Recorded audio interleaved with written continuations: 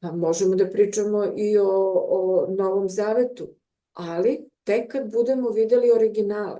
Dakle, dok ne vidimo originale, kako ćeš da pričaš o nečemu, mislim, mi znamo čime se sve bavi Vatikan i da sve što izađe od tuda je sve lažno.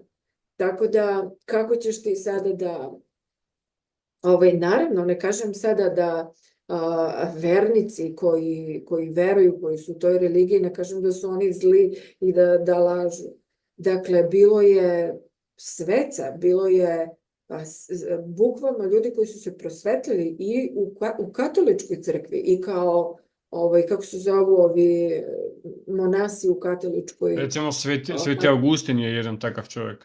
Da, ili Sveti, ja ne znam, u Italiji je bio jedan koji je, kada se molio Bogu, on je levitirao.